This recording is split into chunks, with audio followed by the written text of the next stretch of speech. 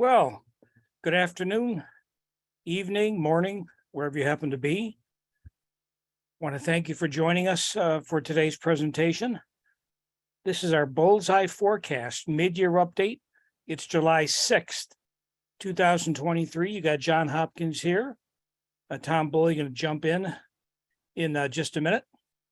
A couple of housekeeping things before we jump into the actual presentation tonight. First of all, I know a lot of you are new to Earnings Beats.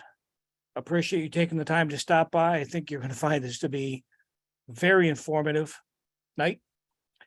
Of course, our existing subscribers, many thanks to all of you for being part of our community.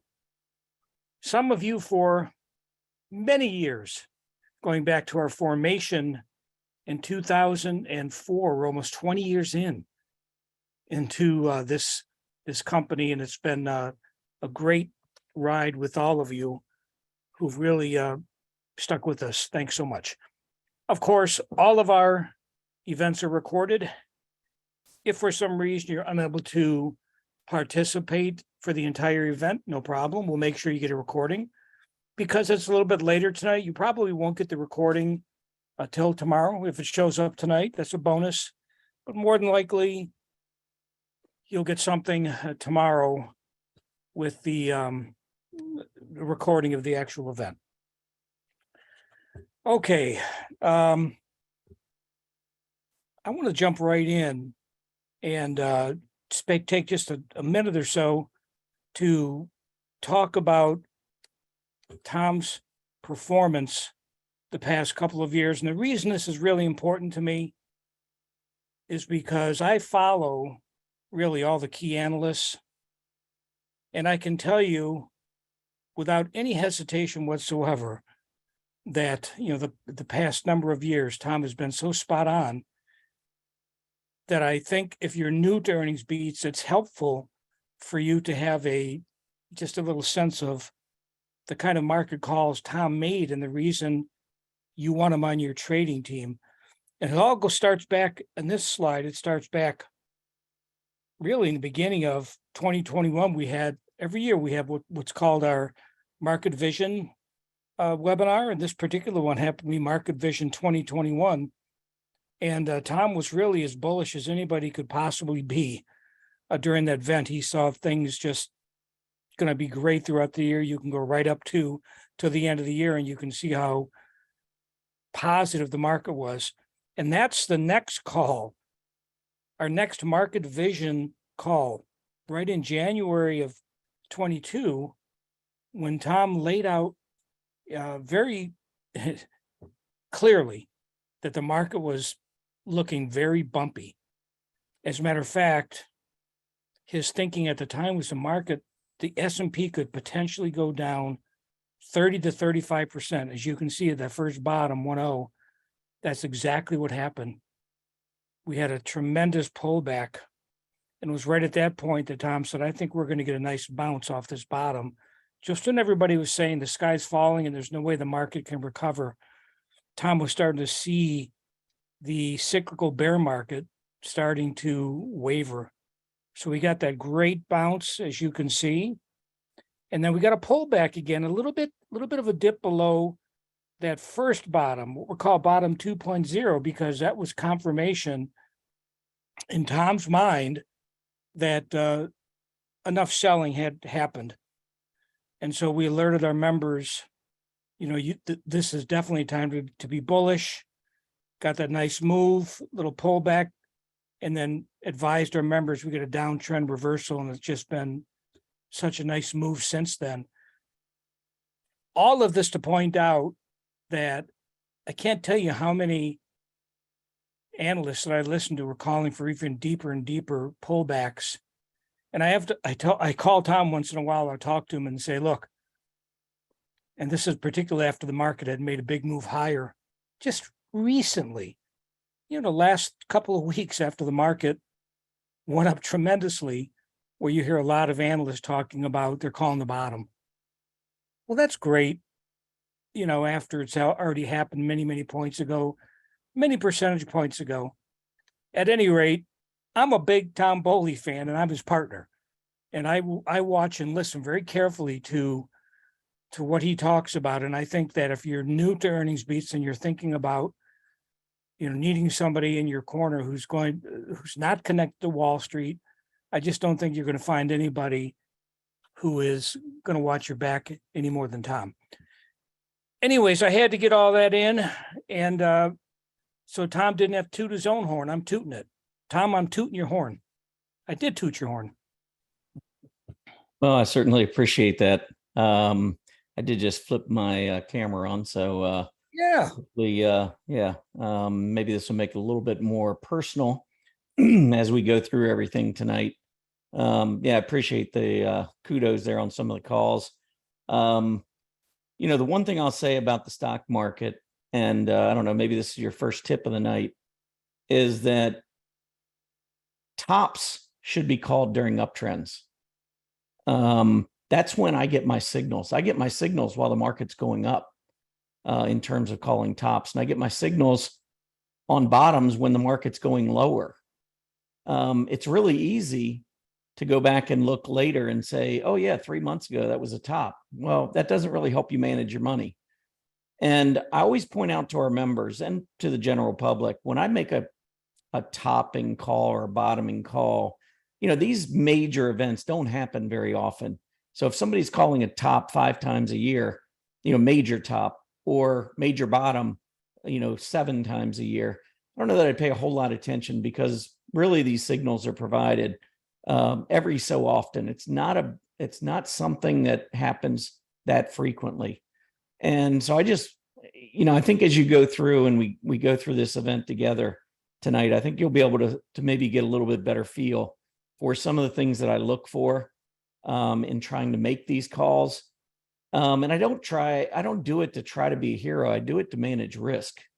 I say a lot of times to our members, I'm not guaranteeing you that the market's topping. I'm not guaranteeing you that the market is bottoming. What I'm saying is that the risks have changed.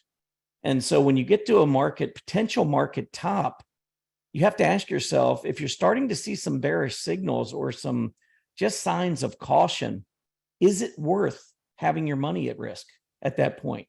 And that's where we were back at the beginning of 2022. I mean, I firmly stated it just like that at Market Vision 2022. I didn't say, hey, I guarantee you we're going lower. What I said was the risks were really starting to line up against the bulls. And it was going to take price action to confirm that a downtrend was underway. But the time to prepare for it is before the market tops and before the selling hits.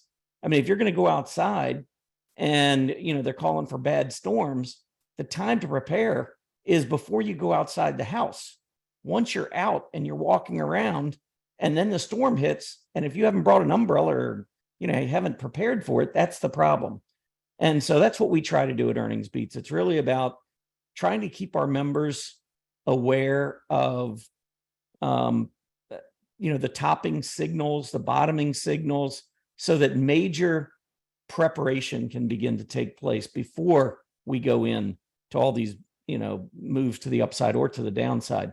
And I remember in 2022, we actually had a anatomy of a cyclical bear market webinar that we did in early February of 2022, because I wanted all of our members to understand what those cyclical bear markets look like and what they're going to feel like, or what the 2022 cyclical bear market was going to feel like. And so that's really what we do. Now, I could go on and on about all this, but we've got a lot to go through, and I don't want to be here all night. Those of you who know me well know I could talk for about 5 hours straight on this stuff and probably keep on going. But I want to try to get through as much of this as possible, if not all of it, in about an hour and a half. And at the end, we'll take questions and so forth.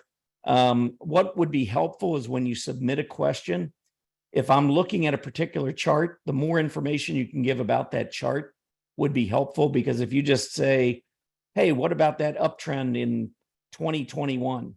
I'm not going to know what uptrend you're talking about. I'm not going to know what chart you're referring to, because we're going to answer questions at the end. So just try to, give me a little bit more in terms of what chart you're referring to, and then the top or any other information. And we'll try to get as many questions answered as we can. As I'm going through, questions that can be answered by John or by Aaron they'll take care of those. But if you have specific questions that they can't answer, I'll try to get to those at the end in a special Q&A. So, Tom, just yeah. before we get started, Yep. If for some listen, we have a lot of people in the room, so it's impossible to get to every question. I'll get to some. Tom will get to some. Aaron will. If something is so pressing that you feel it's really important and we don't get to it, you can just write to support@earningsbeats.com. We'll do our best to get back to you, as quickly as possible. But I just wanted to mention that, number one. Number two, just before you start, I know you're going to cover it later, but I just wanted to mention every single webinar that we have in order to provide a little something for people who took the time to come in. You'll get into this more, but if you go to our website, you'll see at the top there's a webinar special, and that will allow you a couple of things you can do. You can sign up for a 30-day trial, or you can also sign up for an annual membership and get a nice bonus month. So 13 months, which gives you a tremendous amount of time to work with us. Tom will go over that a little bit later, but I wanted to just mention that to people while we have a lot of people in here. So I'm going to go ahead. I'm going to step to the sideline. Thankfully, you'll be doing most of the talking, so I can pour myself a glass of wine. Yeah, I'll just drink water for now. Why don't we go ahead and start? Let's get the agenda up and try to get this thing rolling. So what I'm going to do tonight, I'm going to go through and give you the big picture. I always start with the big picture. If you listen to me, or if you follow my blog articles, I talk a lot about perspective. And I don't think most analysts use just common sense perspective when they're talking about the market and where it may go, or where, to the upside or downside. So I want to talk about big picture. I'm going to go through and walk you through a technical review. Sector analysis. I'm going to go over all 11 sectors as quickly as I can. We'll go through sentiment. This is a really, really important topic for me. Those of you, again, that have followed my work know I spend a great deal of time on sentiment, and I think it gives us tremendous clues, both in the short term and in the long term. We'll talk about that. Wall Street secrets. It's really no secret to Earnings Beats members. We've talked a lot about manipulation. For those of you that registered for this, we also issued a money flows PDF. If you didn't get that, or if you'd like a copy of it and for whatever reason didn't receive it, write into support@earningsbeats.com. We'll make sure you get a copy of that. And then I just lumped a few other things in this everything else category, and then we'll wrap up with the Q&A. But I am going to jump in now and get this thing started. I do want to just quickly move over to Earnings Beats because John mentioned this webinar special. So if you go to our homepage, earningsbeats.com, you'll see this webinar special up here. If you click on it, it'll just give you an opportunity to sign up for a 30-day trial. Or if you want to take out an annual membership, we will give you a bonus. We'll give you a 13th month to include, which will be in addition to your 30-day trial. So in that case, you get 14 months total for our annual membership. So I just wanted to point that out and show you where you can find that information. All right. Let's talk about the big picture. And again, I always start with this particular chart because it encapsulates everything. We're going back 100 years. I don't know about any of you. I wasn't here 100 years ago. And I'm assuming most of you were not investing 100 years ago as well. But it really gives you some insight into how the stock market works. We tend to go through these really big super cycles where we'll either go through, 10, 12 years where the market's just not doing anything or not doing much, maybe with a couple of pretty deep bear markets kind of thrown in, or we'll be going through a secular bull market, which can last up to a couple of decades, where the market just seems to keep going higher and higher.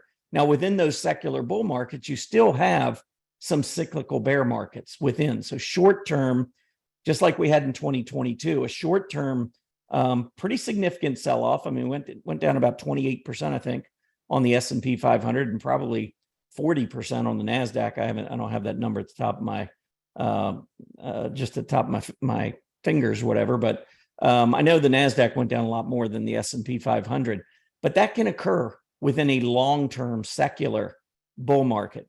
So as you look at this chart, I just want you to focus on a few things. When you get into these lengthy secular bear markets, and you can see the red shaded area, that's really what we're talking about here. So go back into the 30s and 40s, 1930s, 1940s. How about from the late 1960s into the early 1980s, or from the dot-com bubble that burst in early 2000? And that took us all the way through 2012 before we actually made a significant breakout. So when you go through these secular bear market periods, it can be very, very painful because we don't see an all-time high, a new all-time high for many, many years. And that can wear on you. You start to get a very, very negative approach to the market. And it's very difficult to make money during these secular bear markets. But when you move into a secular bull, when you break out, the market tends to play catch up, the stock market. And that's where we can see some very, very significant outsized returns. Now, what I've highlighted on here, a couple things. Up at the top, I have a monthly PPO. Notice that when it stays above zero, we're in a secular bull market. Until the weakness is significant for a long enough period to take the monthly PPO negative, we're in a secular bull market. If you look at these red shaded areas, they coincided with moves on the monthly PPO below zero, every one of them. And the secular bull markets effectively maintained those positive monthly PPO readings throughout. And if you notice what just happened here in 2022 and into the early part, first half of 2023, look at that monthly PPO go down almost to the center line, and now it's curling right back up again, just like we saw back in the 1980s and 1990s on multiple occasions, and the same in the 1950s and 1960s during these uptrends.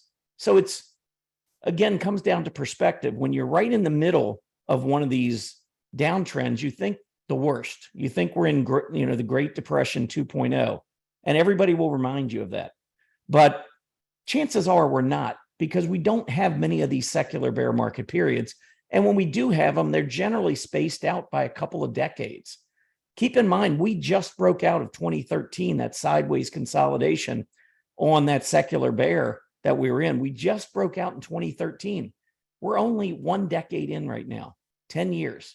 And yet you've got a lot of folks that want to completely dismiss this current secular bull market and just immediately jump to, oh, we're in a secular bear market. This is going to get ugly. We're going to go to S&P 500 is going to drop to 1,500.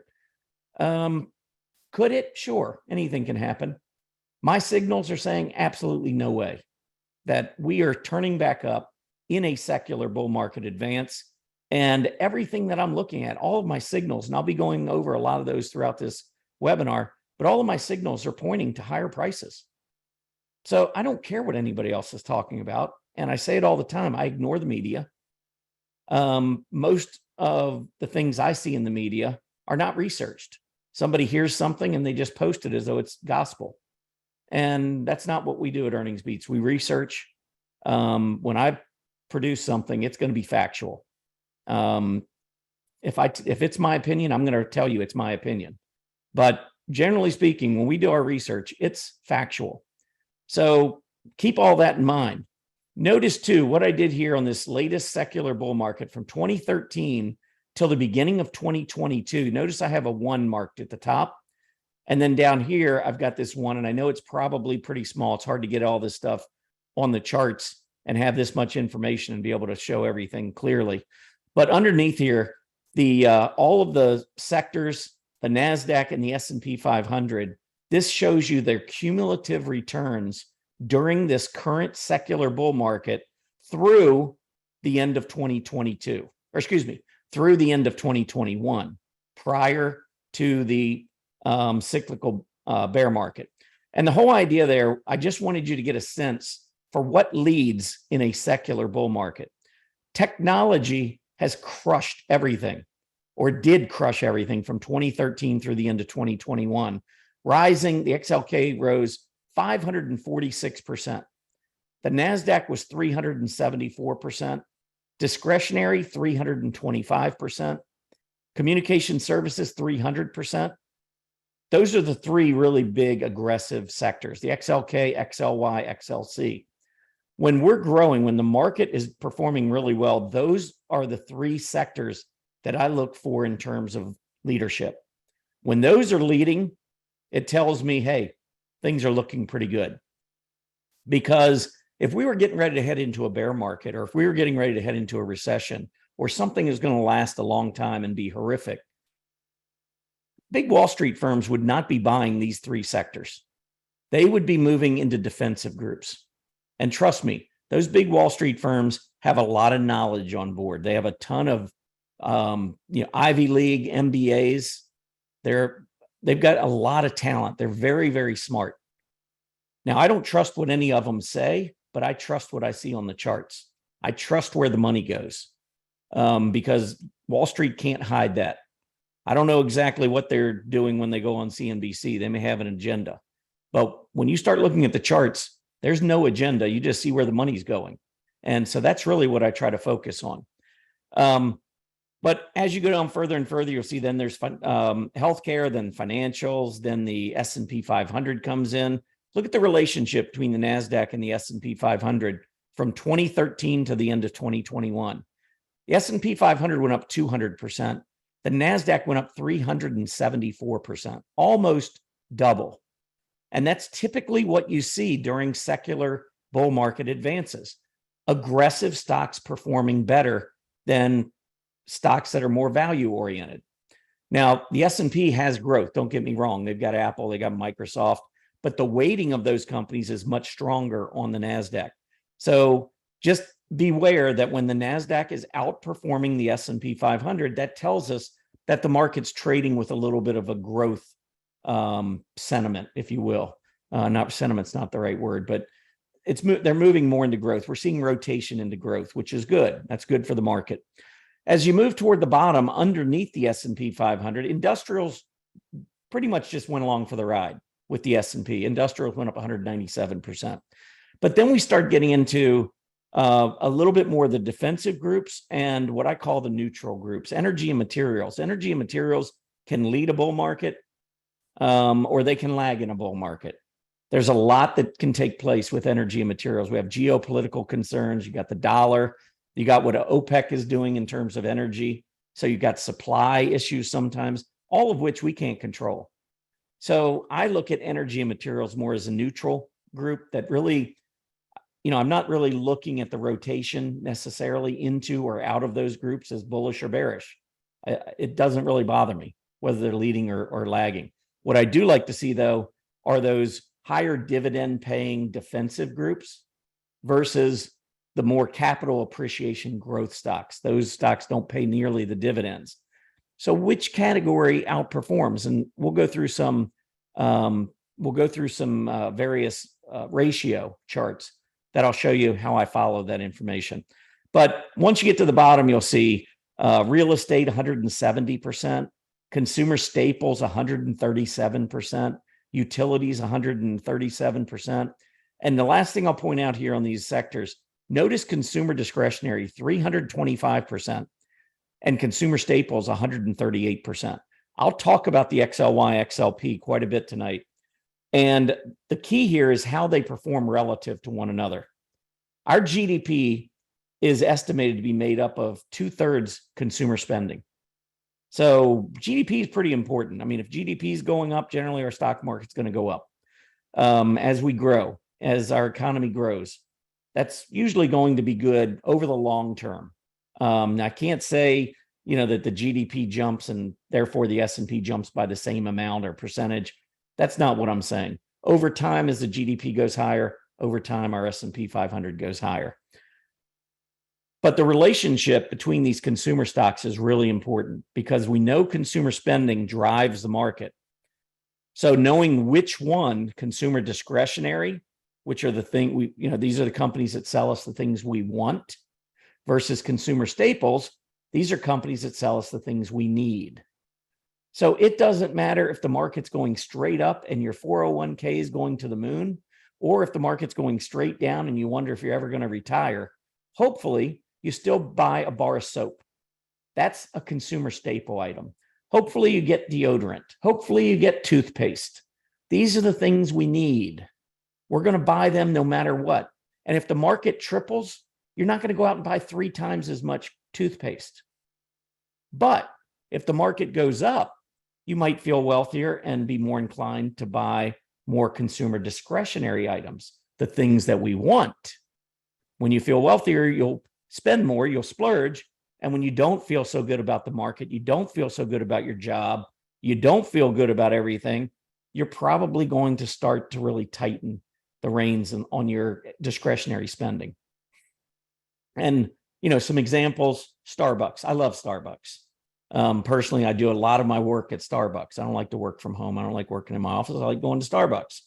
And so, I have no problem spending, and I watch the crowds coming in. I can get a little bit of a sense of the economy just watching how many people come into Starbucks throughout the day. But that would be an indication. Automobiles, you got an older automobile, you're thinking about buying a new one. In a bad market, you might say, you know what, I'm just going to do some repairs. In a good market, you might go out and buy a new car. Same thing with a house. You'd really like to buy that new house, maybe get an extra bedroom, whatever. Well, you'll make do with the one you have if you're not feeling very good. But if all of a sudden you get a new job or your pay goes up and the economy's strengthening and so forth, then you might think about getting that new house. These are discretionary items. It's really important to understand that relationship. All right. On this RSI, usually the monthly RSI is going to hold on to 40 during a secular bull market. Notice when we came down in 2020 during the pandemic, and then notice again in 2022 when we had the cyclical bear market, where'd the RSI come down and bottom? Right at monthly RSI 40. And if you go back to prior secular bull markets, I'm not making this up, 80s and 90s, same thing. 50s and 60s, for the most part, we did have just a slight breach on a couple of occasions, but it didn't last long. We went right back up above 40, never got to 30.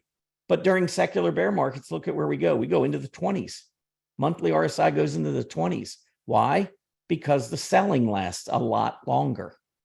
And so that drives your PPO down, it drives your RSI down, and so forth. Now, the last thing I've done here is I've put on some rate of change, 12-month, 24-month, and 240-month rate of change on the S&P 500, just again for a little bit of perspective.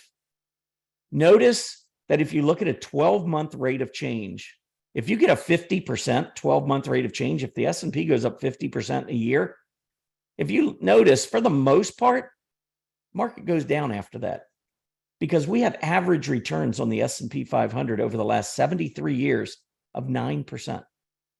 So if you go up 50% one year, if you think we're going to go up 50% again the next year, you're probably going to be really disappointed because usually after a really big year like that, you tend to have, doesn't necessarily mean you have to sell off and have a bear market, but you're probably going to slow down in terms of that rate of change. The next line down here, I actually have the 24-month rate of change. And notice here that a lot of the peaks came in at about 75%. So if you go up 75% in 2 years, that's rather incredible. When we got to the end of December of 2021, the S&P 500 had gone up 115% in 22 months. Normally, that's almost 2 years. Normally over 2 years, you're going to go up 18%, right? 9% a year. We went up 115%. So do you think the next year we're just going to go up another 40%? That's not the way the market works. We get too far ahead of ourselves. We need to correct. We need to come back kind of to, it's like a reversion to the mean. And so that's what you have to start to expect. But again, you have to distance yourself from everything you're hearing on CNBC because you're getting lots of good news. Why would you go up 115% in 22 months unless things were really good? And so you're going to get that mindset that, hey, everything's awesome. You need to have a little bit of perspective and understand that when you have that kind of a rally, chances are you're going to struggle after that. The last one I have down at the bottom is a 240-month rate of change. That's 20 years. Notice year 2000, we had gone up above 1,300% over 20 years. Way too much. Now, back in the 60s, we got up as high as about 750 to 800%. Look at where we are right now. Everybody thinks, oh, we've had this huge run. The market's got to go back down. Over the last 20 years, 240 months, our rate of change right now is 345%. Nowhere near the peak we saw back in the 2000s. Folks are saying we're in a bubble. Yeah, no, we're not in a bubble. I think you can look at this chart and use a little bit of perspective and realize we're nowhere near a bubble, not with the stock market. If you look back, I mean, we held above 275, maybe even 300%. We held above that for a decade. And that's right about where we are right now. So if over the course of the next 10 years, we just kind of hang in there, I personally think we'll go up some more. I think probably at some point, we're going to see a 20-year rate of change, 240-month rate of change. It's probably going to approach 600-700%. That would be my guess. And when we get there, that's when maybe we start to at least realize that, hey, we made a pretty good run. I don't think we're going to see 13 or 1400% like we saw back in 1999, 2000. Anyway, that is the big picture. I want to move on to the technical review. And I'm going to start off with the S&P 500. This is just a 5-year weekly chart. Notice, everyone all bent out of shape because what happened in 2022. But has anybody ever heard of broken resistance become support? I'm sure you have. If you're a technician, you like technicals at all. Notice where our resistance was in 2020 before we hit the pandemic, right at about 3,400. Notice our double top that we saw in August and October of 2020. Where was it? Right about 3,500, a little over 3,500. And then we broke out, and notice we just kept going straight up. And this was all part of that 22-month advance. That was crazy. From 2191 to over 4,800, more than a double in just 22 months. Perspective, folks. Perspective. You can't keep going up at that rate. So that was one of the many signs. That was just one, but it was one that was saying, hey, you know what? We've gone up a lot. So when I started preparing for Market Vision 2022, when I look and I see, hey, we've gone up 115% in 22 months, it's pretty easy to say, you know what? Maybe we're going to pause. Maybe we might even go lower. But again, that was just one signal. Notice where we pulled back, though. Broken resistance, which we broke through at the end of 2020. When we came down and hit our low of 34.91 back in October, we tested the breakout. That's all. We went up. If you had a stock and you or you were looking to buy a stock that had broken above a key level and it went back down to that level, would you buy it? I mean, most times I think you would. Why not the S&P 500 when it breaks above a key area of resistance, when it goes back down and tests that area? That was, again, just one signal, but we had gone down 28% and tested a major support area. That was just, again, common sense, just looking at the technicals. But look at where we are right now with the PPO, weekly PPO pointing higher. Look at the trend that we're in. And what I've offered to the bears for the last several months is that, okay, if you think we're going lower, that's fine. I mean, that's completely up to you. But how about waiting until the technicals turn at least? I mean, if you're bearish and you think we're going back down to where we were before, 3,500, or maybe you think we're going to 3,100, maybe even to 2191 back to test the pandemic low. Don't we first have to at least go below the moving averages? I mean, don't argue with a price trend. So that would be, one thing that I would be looking for during the balance of 2023 and into 2024 is, do we keep trending higher above our moving averages? If so, you can't fight this. I mean, once we went above it in June of 2020, all we did was test the 20-week moving average for the next year and almost 2 full years. I mean, you could bet against it all you want, but you'd lose money on the short side.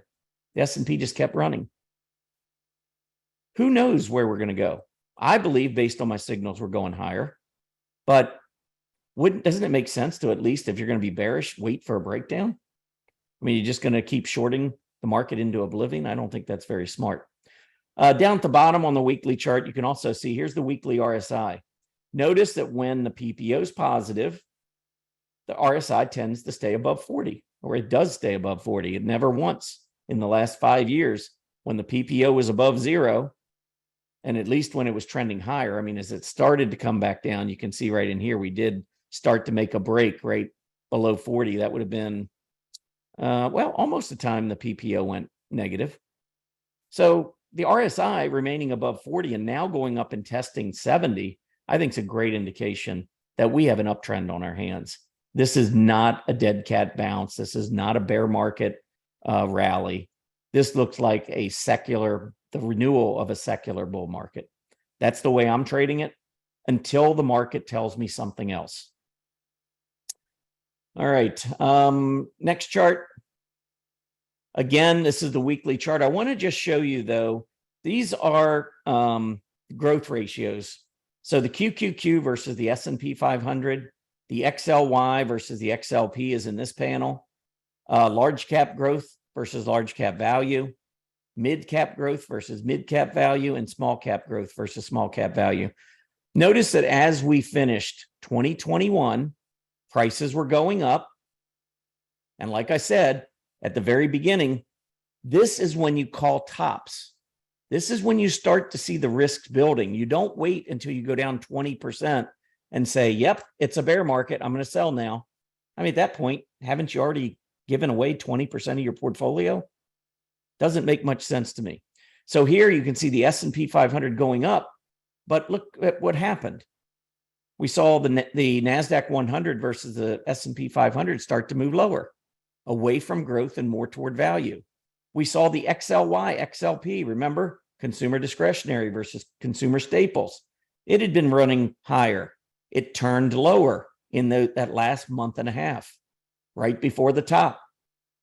Growth stocks, large cap, mid cap they had topped much earlier in the year. Small cap, same thing. But as we went into the year, while the S&P is going higher, money is rotating away from all of these aggressive groups. So not only did we have the perspective of knowing that the S&P 500 had gone up 115% in 22 months, which is unsustainable, we also see money rotating. Wall Street is moving into more defensive areas. Light bulb should be going off at that point. I mean, go back and read my articles. Go back and look if you're a member, or if you want to become a member and you try our service, you can go in and look at our past webinars. Go in and pull up the Market Vision 2022 event that I did. All of this was discussed right then and there in real time. And what I said was, be careful. And if we start to see further deterioration in the overall indices, that is likely to be the start of a pretty nasty period in the market, which obviously it was. Now, as we started to get down toward the bottom, and in June, and especially by October, we started to see some of these ratios either slowing down to the downside or starting to flatten or even turn to the upside. And so that's just telling us, hey, we're beginning to see a little bit of rotation back into growth, even though the market's going lower. Again, call the market bottom when you're going down, not after you've rallied 20 or 30 or 40%. That doesn't do any good. I mean, to sit back now and say, well, yeah, you know, this could be the start of the new bull market. All right, we're up 40%. If you know anything about coming out of bear markets, the best return is in the first year after the bear market ends. If you don't call the bottom, you're not going to hit the return, the big return, which is in the first year. From, I think, cyclical bear markets, the last 11, from the bottom to 1 year later from the bottom, the average return coming off those bear market lows is 41% in the first year. And it's 75% after 5 years. So 41% in the first year, and then only 34% over the next 4 years. So again, you need to call bear markets and bear market bottoms when they bottom, or as close to the bottom as possible, in order to benefit from that pushback to the upside. Now, here's the bear market from 2007 to 2009. Now, the one mistake you got to be careful of when you're looking at bear markets is they're not all the same. The bear markets, the last bear market we had last year was not the same as what we had in 2018. It was not the same as what we saw in 2009. That was of the secular variety. And also in 2007 to 2009, this was a potential collapse of our financial system. And I was looking, and you see the QQQ versus the spider actually going up throughout much of the bear market. Well, it's pretty easy to understand why, because the QQQ doesn't have financial representation and the spider's loaded with it. So of course the QQQ is going to outperform because the financials are getting hammered. So it's all about perspective. You know, some might say, well, the QQQ went up during this bear market. Well, that's because of the nature of that particular bear market. It was all about financials, which ended up taking a lot of other things lower. And we saw technology in those areas go down. They just weren't going down as fast as the overall S&P 500. But notice when we came out of that bear market and we started moving to the upside, the S&P, look at the QQQ versus the S&P. Look at the XLY, XLP. And by the way, at the very bottom, look at that XLY, XLP ratio. Perfect positive divergence. And at the top, just like at the end of 2021, we actually on the S&P 500 in October of 2007 went up and put in our final high, and look at what was happening to the XLY XLP ratio. This is why I look at these ratios. I want to see where money is rotating to. It's part of calling the market. It's not just about what the S&P 500 is doing. A lot of times you look at the price action and you don't see anything bad. And by the time you see bad price action, it's too late. You've already lost, 10, 15, 20%. And then you're like, well, now what do I do? I'm just going to hold. How much worse can it get? Well, it ended up going down 60%. So it can get a lot worse, potentially. Anyway, let's keep moving. I want to make sure we can try and get through all this stuff. 2000 to 2002, look at the final top. This was in 2000. From March to August, we basically went back up, had a double top. QQQ versus spider going down. Look at the XLY, XLP falling apart. I mean, I don't make this stuff up. And then as we kept going down to these other lows, XLY, XLP was turning up.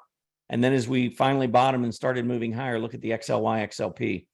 Even at this level right here, we were still way below the high that we saw in 2000. The XLY, XLP ratio was already back to a new high. Money had rotated that quickly back over into the more aggressive consumer discretionary area. Now, many of the growth stocks, and remember 2000 to 2002, that was the dot-com bubble. So many of the growth stocks, especially technology, those stocks were hammered back in those couple of years. And it took a little while to get those going again. Remember 2003 to 2007, we had a nice rally, but that was led a lot by energy and materials. We had commodities going up as the dollar was falling pretty rapidly back then. So again, bear markets and bull markets are all different. There are some similarities, but for the most part, you have to be willing to adjust on the fly with how they're performing. All right, moving on. Here's a 9-month. This is where we are right now, going back the last 9 months. And the reason I did this, going back 9 months, this was the low on the S&P 500 on October 13th. And this is where we are today. So down on the bottom, what I did is I'm showing you the S&P 500 and the NASDAQ with a rate of change that goes back 185 days. And that essentially takes us back to October 13th, 185 trading days. Notice the relationship. The S&P 500 since the bottom is up 21%. The NASDAQ 100 since the bottom is up almost 37%. You remember that very first big picture chart when I showed you the NASDAQ during the secular bull market went up 374%. The S&P went up 200%. NASDAQ was up almost 2 to 1. Check these percentages out since October. Now, everybody was talking about, oh, this bull market's been led. It's been, too thinly led. Only the FANG names are leading. I would beg to differ. It was the fourth quarter of last year that we saw all of the value-oriented stocks move up, and growth did nothing. When we started the new year, that's when growth finally started to kick in and started to play catch up. If you look at where we are right now versus where we were October 13th, I think the NASDAQ and the S&P 500 have gone up about what I would have expected in a big rally. 36% NASDAQ, 21% S&P, close to 2-to-1. We go to one more chart. I'm going to show you the individual sectors. So here is the S&P over this 9-month period. Technology is up 43%, the best performing group. There's a shocker. Remember 500 and some percent I showed you on the big picture chart, XLK. XLY, 21%, XLC, 34%, almost 35%. These are three of the top performers. The XLI industrials actually have started to catch some fire recently, up 26%. So this group, maybe has done a little bit better than I would have expected off that October low, but it is one of the 5 aggressive groups, which also includes financials.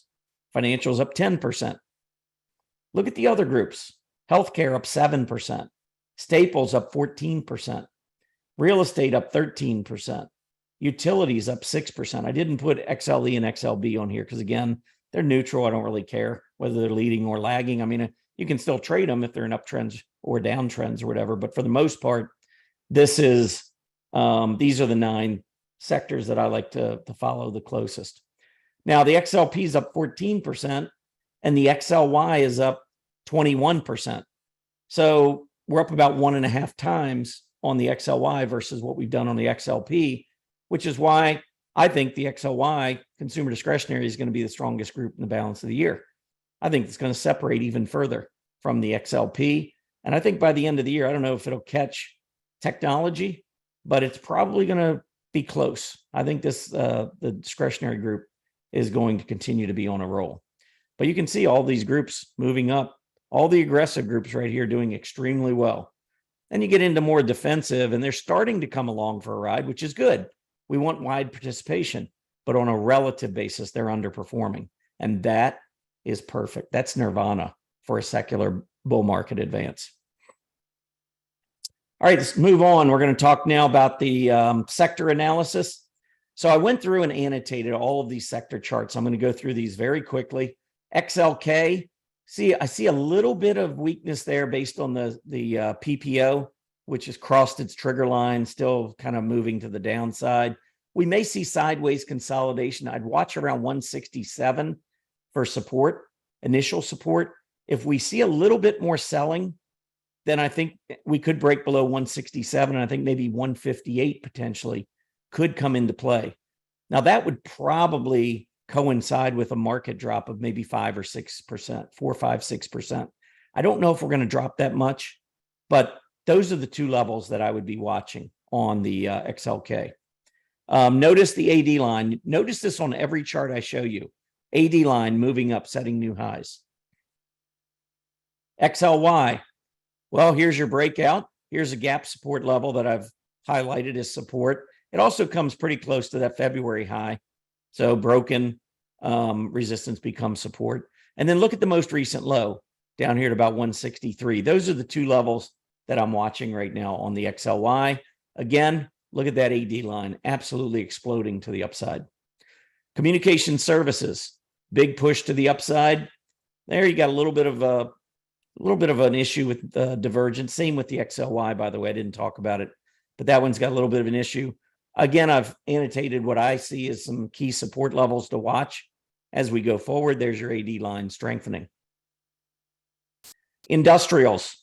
Look at this. I mean, right now the PPO still looks pretty good. At each high, we see higher PPO. No negative divergence on this one. Notice the pullbacks have been mostly gaps to the downside the last 2 days. We're not seeing much selling at all. Do you see any big red filled candles in the month, really over the last 5 weeks? Because I don't. I see one here, maybe a little one there, but for the most part, these are hollow candles. And as a result, Look at the AD line exploding to the upside. So I've, again, annotated a couple support levels to watch, but I'm seeing nothing but bullishness on these charts. XLF financials, this one's not been nearly as strong as some of the others for sure.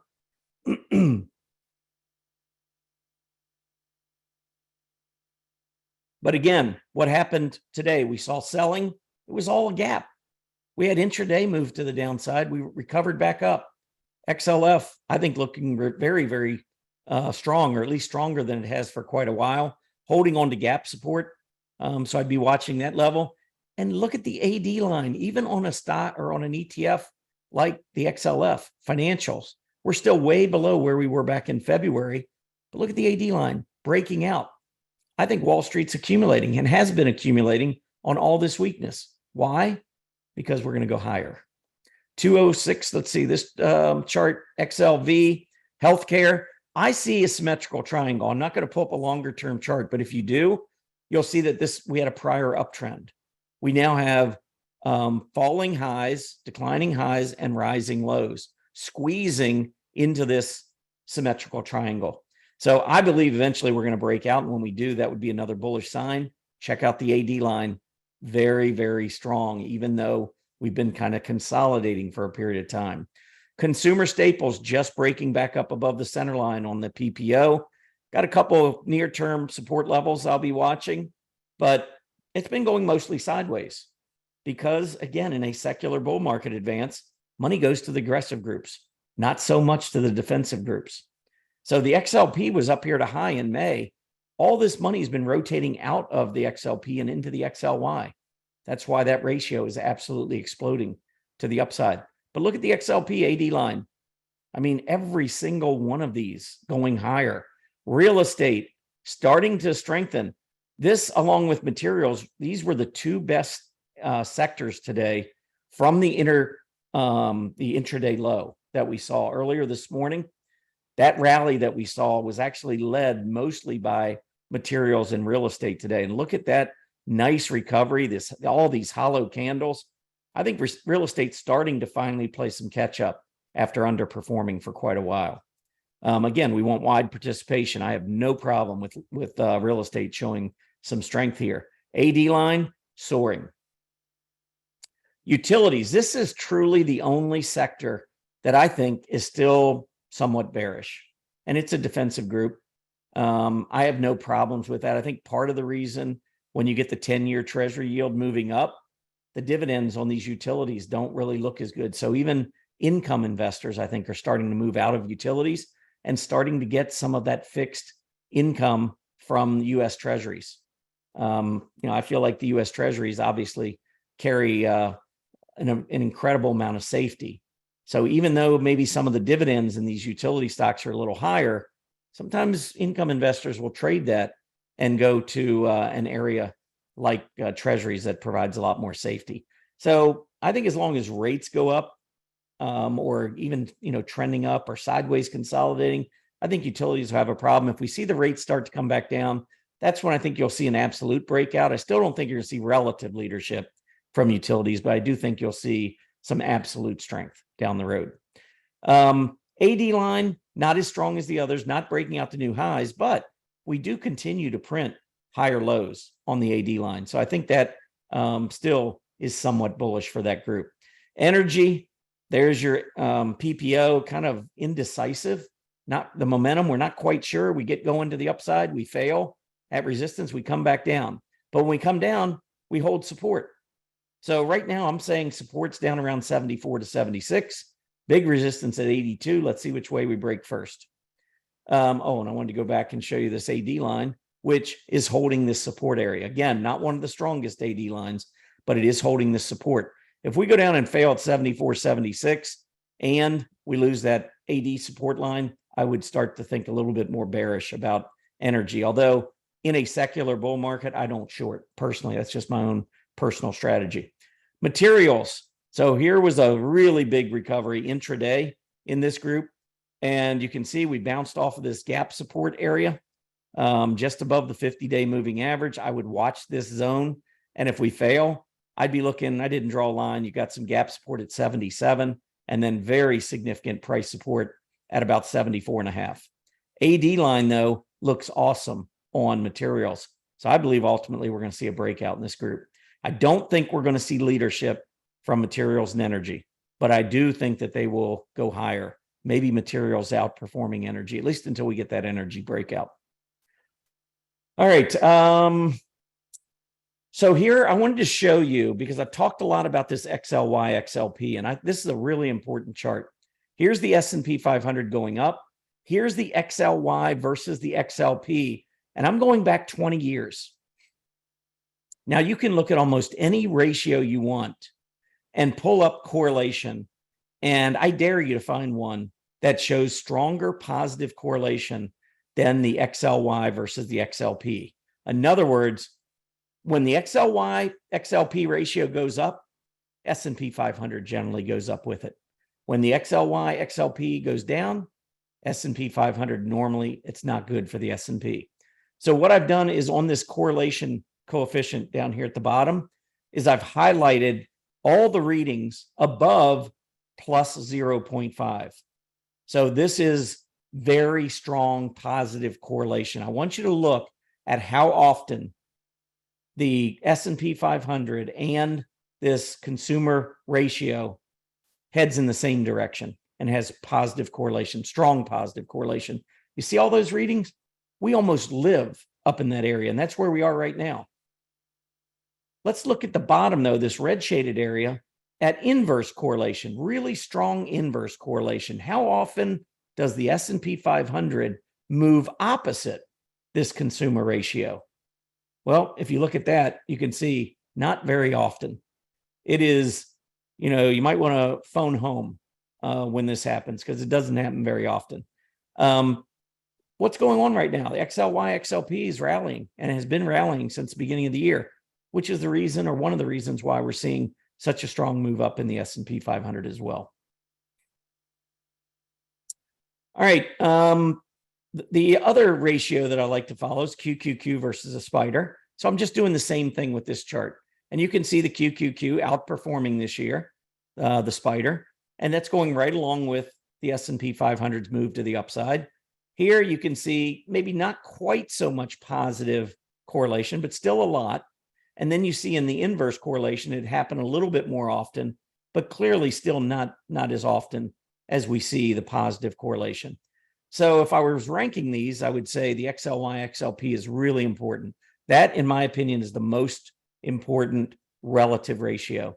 QQQ spider is your second. And then I'm going to show you one more here. And this is the IWF IWD. So this is large cap growth versus large cap value. And I think probably this one gets influenced a little bit more by interest rates, just because of the way growth stocks get valued when rates are declining versus what happens when rates are going up. But if you look again, maybe a little bit less in this plus 0.0 or plus 0.5 to 1.0 range, and then a little bit more frequent visits down here in the inverse. So it's still, I'd say, more positive than negative, although it's starting to get a lot more cloudy. All right. I'm going to go into sentiment next, and then Wall Street secrets, and then we'll wrap up with some other charts that I think might be important to you. But before we do that, I want to talk a little bit about a couple of changes that we're going to be making at Earnings Beats. I know members have been asking about it. And so I want to talk a little bit about that. And again, I want to remind everyone that if you go over to our home, earningsbeats.com, you can click on this webinar special. And I should have just left it up. There it is. I would encourage everyone to sign up for a 30-day free trial. One thing that we're going to do next week that's new is on Wednesday at 10 a.m. in the morning, we're going to have a live trading session from 10 to 10:45. And in addition to going through and showing you how I set up trades, maybe the top-down approach that I use, and show you how I use scans against our chart list, I'm also going to be talking about the things that would change my mind about the market right now being so bullish. So I'm going to save that for a live event next Wednesday. Anybody who is a member at Earnings Beats can come to this event on Wednesday. So that simply means a 30-day free trial, and you can come in. Now, for those who are interested and they like our approach, if you know, hey, I want to give you guys a shot, our annual membership comes with a bonus month. So you get your 30-day free trial, you'll get your annual membership, and you also get a bonus month. All of that for the price of $9.97. Hey, Tom, Yeah. I'm gonna jump in here because we've had a number of people ask about this, and I think it's kind of cool. Usually we have some, perks for our annual members, and some people are asking if there was a way, they could get charts for this event tonight. Yes. And I think it might be possible, but it's going to be up to you. If so, I think, that would be something specifically for our annual members. Yeah, I mean, it's a big commitment. Obviously, putting all this together takes a lot of time. But if you're a Stock Charts member, and we provide you a chart list, if you're a extra or pro member, you can download our chart list directly into your account. All you do, click on a link, and we'll give you a password. And all you have to do is put the password in where you're prompted, and that chart list will be downloaded into your account. And you can pick how you title it or whatever, and put it right into your account. So you'll have all these charts that I'm going over. So I do think that, for annual members, we would do that. So maybe that might be something that would be encourage you to maybe take a leap of faith with us. I can tell you the members that have been with us the last few years are extremely happy based on what we've been doing. Hey, and Tom, the calls that we've been making. the only other thing I would say, just to give people some perspective here, vast majority of our members are annual members. And the reason being, number one, it just cuts your cost in half, over the 12 or 13 months.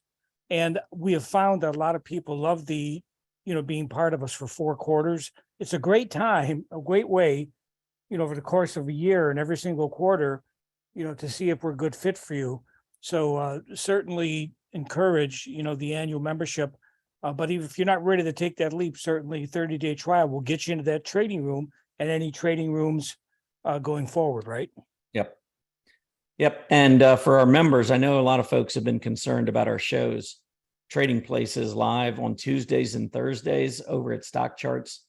I can just tell you, if we go in over here and if you click on Stock Charts TV, you'll see that it's now gone on demand. There are no slated times for any of their shows on a streaming channel. They no longer have a streaming channel. So as a result of that, you really can't get our show until it gets edited over at Stock Charts and then gets posted to YouTube. That is not on us. There's nothing we can do about it. It's completely at Stock Charts discretion. Now, we are talking to them about the possibility of having our shows be live streamed on YouTube. I don't know where that stands. I don't know if that's going to happen or not. If it doesn't happen, we may stream them on YouTube ourselves on Tuesday and Thursday. So we're still working on some things there. We're going to do the best we can to try to get back similar to what we had before. Next week, we are going to have our Monday through Thursday shows as we've been doing. Monday and Wednesday live, YouTube streamed. We do that at Earnings Beats. And then Tuesday and Thursday, same time, 9 a.m. Eastern, I'll be giving a recording to Stock Charts. But again, it's up to them as to when they finish editing it and when it actually gets posted onto YouTube.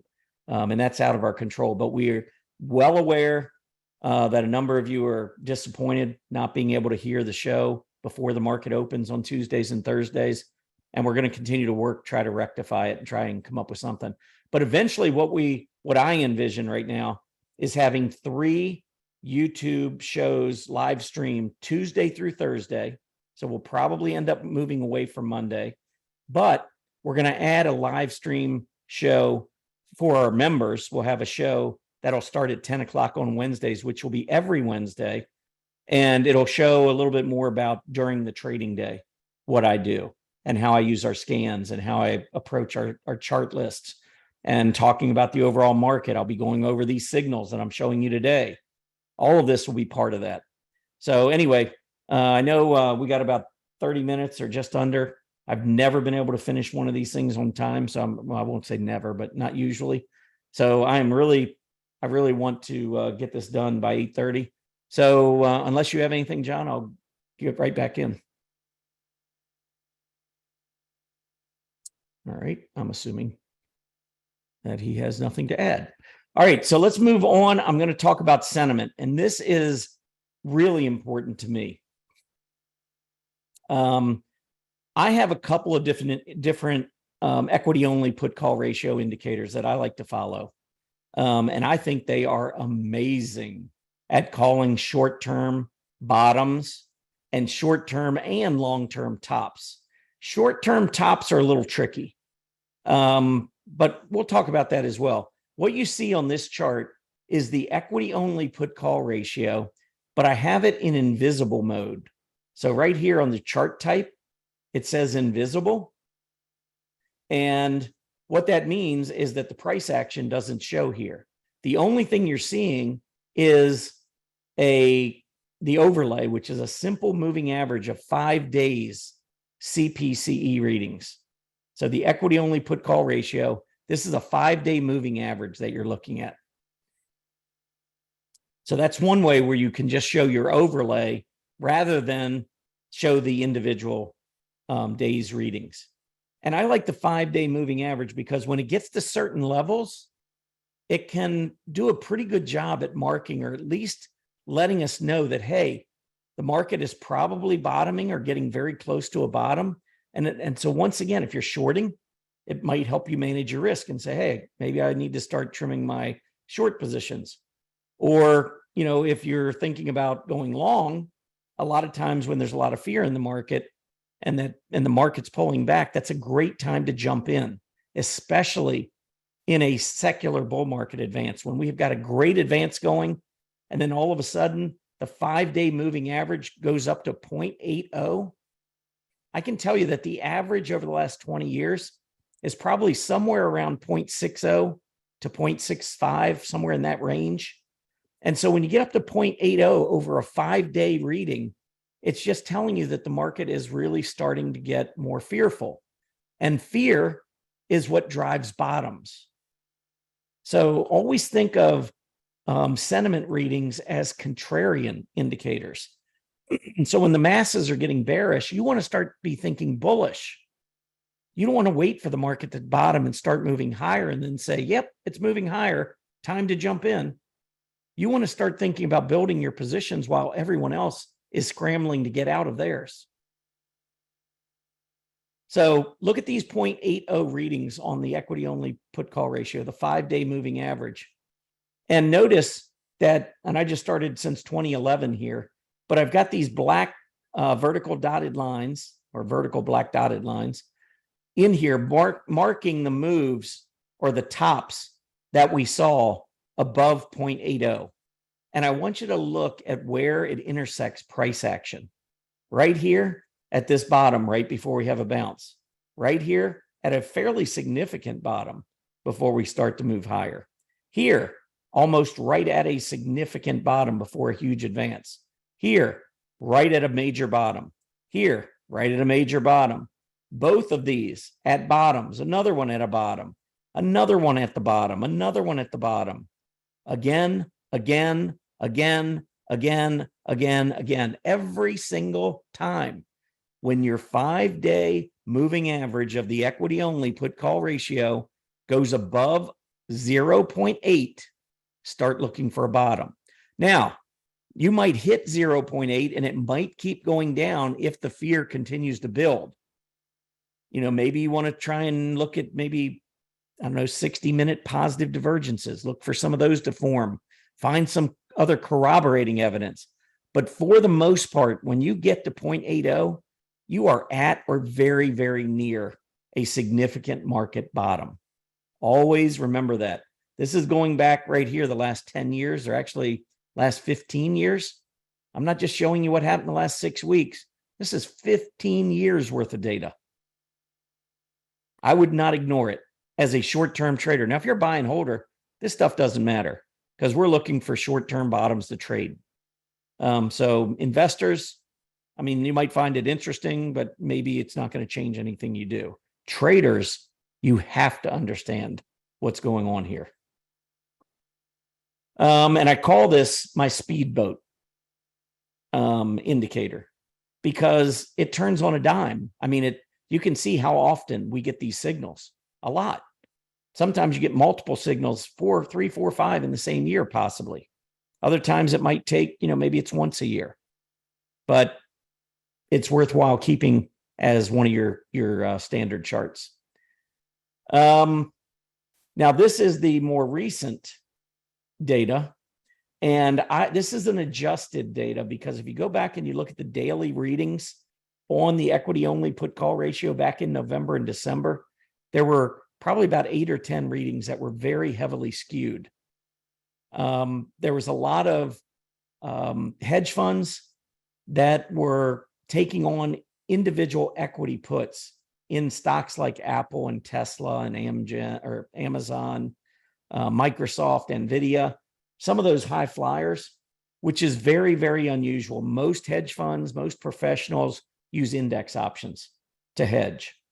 But there were actually articles that came out in November and December highlighting, and I could see it using the half-hour readings over at the cboe.com. I could actually see the spikes in the middle of the day where normally there's hardly any equity puts and equity calls traded. And all of a sudden, instead of the normal 100,000 equity calls and puts traded in a half hour, I was seeing 600, 700, 800,000. And when I was looking at that, I was like, what in the heck is going on? I finally found out, and some of our astute members sent in articles as well explaining what was happening. So I actually went back and created a user-defined index at Stock Charts, which took into account all the normal CPCE daily readings, except in these 2 months, and I adjusted those out. And when I adjusted those out, I think it made for a much, much better analysis because the 5-day readings were getting way out of hand based on some of these massive spikes. I mean, you can see that the 5-day moving average, historically, if we get up to 0.80, that's a high reading. We had days in November and December where the market was going up. And we had one day where the equity only put call ratio was 2.4, 3 times this level, and it was on an up day. What we're trying to gauge is the fear level of retail traders when we look at this. And so it was just erroneous readings that were not giving us what we wanted. So I took those out, and this is the adjusted. Now look at where we went across 0.80. So on this one, there were 3 times here over the last year where we've gone up above 8.0. Here, pretty close to a bottom. Here, just after this bottom and pretty close to this bottom. And then here, almost right on the bottom. These are important levels to be aware of. All right, this is the Freightliner. So same indicator. This is my equity only put call ratio, and it's also an invisible chart, but this one has 200. This is a simple moving average of 253 trading days. Why 253? That's 1 year. It's 1 year. It's the average of the 1 year equity only put call ratio. Now I call it the Freightliner because you don't see a lot of ups and downs. You basically just see it moving in one direction for an extended period of time, the other direction for an extended period of time. Usually it could be a year, couple years, few years at a time when it's going up or when it's going down. Now, the significance here is that when you get to areas where it's very complacent, in other words, we've seen some really low readings, meaning that there's been a lot of calls bought versus puts, and it's been going on for a long period of time, you get to a level where you bottom. And at that point, you're running out of buyers. Everybody is so bullish at these low readings, the market can't do, it really struggles to go any higher. So what I want you to look at on this chart is when we bottom on this 253-day reading and we go up, this whole period while we're going up, look at what the S&P 500 does down here on the bottom. This particular period was 2006 to 2009. And so, of course, we had a huge drop, 50%. But look here, this was over a year. We had this move to the upside. And during this year, we saw the S&P drop 4%. Wasn't exactly a bear market, but it was just, it's hard to get going when the market is overly complacent until you get to a point where you're overly pessimistic. And I'll talk about those in just a minute. But again, look at this, turning up. Market does nothing during this period. This was a turn up here. Market did nothing. This is choppy. I actually think the market was going to go a lot higher coming off of this 2019 move to the downside, but the pandemic came in. Market had no way of knowing how bad that pandemic was going to be. Nobody knew how bad that pandemic was going to be, right? I mean, you might have guessed, you might have said, hey, you know, this is bad over in China and it's eventually going to spread. But we've had lots of things. I mean, the bird flu, we've had a lot of different, potential catastrophes that never really panned out. So we really didn't know. We didn't know how fast it was going to spread. We didn't know how easily it was going to spread. And so there was a lot to learn about it. And that sent us into this choppy period here into the 2020 pandemic before we actually continued moving lower. And we got down to a reading in the middle of 2021 and even toward the end of 2021, where we had never been before. I mean, we had such ridiculously low equity only put call ratios and the readings. And think back to the end of 2021 to the meme traders. Think back to Wall Street bets. People thought, and there were so many new traders coming in because of the pandemic, and people just thought that, hey, somebody posted that, GameStop's going to go up. And so I'm just going to jump in, and they make money and they think they're great investors. It's not the way it works. The market's not easy. When it's easy and you think you can't be beaten and you're just the smartest investor anywhere, chances are we're probably at a top, or probably getting pretty close to one, because that's what happens at market tops. Everybody thinks they're great investors because you can pick anything and it goes up. Anyhow, and here was look at what happened when this one turned up. This was also one of the things I mentioned at Market Vision 2022 when I was calling those tops, or that particular top in the market. I said this was the biggest problem that the market faced going into 2022. It wasn't the Fed, it wasn't inflation, it wasn't a possible recession, it wasn't the pandemic any longer, it wasn't any of those things, it was sentiment. Everybody who wanted to buy had bought. We had no buyers. And everybody was on margin, and all the new traders just thought that, hey, you just buy and it just goes up, and we had a price to pay. And so this was the primary reason why I said it wasn't worth the risk to be long anymore. This signal had started to turn up. And when it goes up, I just pointed out to you, it's never a good thing. Sometimes it's a really bad thing, but it's never been a good thing. And look at what happened as we went up. Market takes a big hit. Now let's focus on these green arrows, because when we top, this means that the market's getting extremely bearish. And so when you top and you roll over, like we've done at all these different times, now I want you to look and see what the S&P 500 does. Here, while it's going down, we went up 20% in probably about a year. Here we went down for a little over 2 years. Actually, maybe about 2 years. We went up 101% in 2 years. Here we went down just about 2 years, and we went up 56% in 2 years. Here we went down for 2 years and a quarter, maybe, went up 47%. And then here, after we topped following that pandemic and started rolling back over here, this is when we went up that 112% in that short period. Look at where we are right now. Just rolling over, and look at what's happening since we started rolling over. I don't make this stuff up. I do research. Now, this is the CPCE reading if you don't make any adjustments. Now, when I adjusted, when I did my user defined index, I only went back, to here. Everything else, going back would have been the same. The only thing I really wanted to change was the November and December 2022 readings. So I ended up going back just so I would have this history. I want to show you the adjusted, this top and how it looks on my adjusted schedule.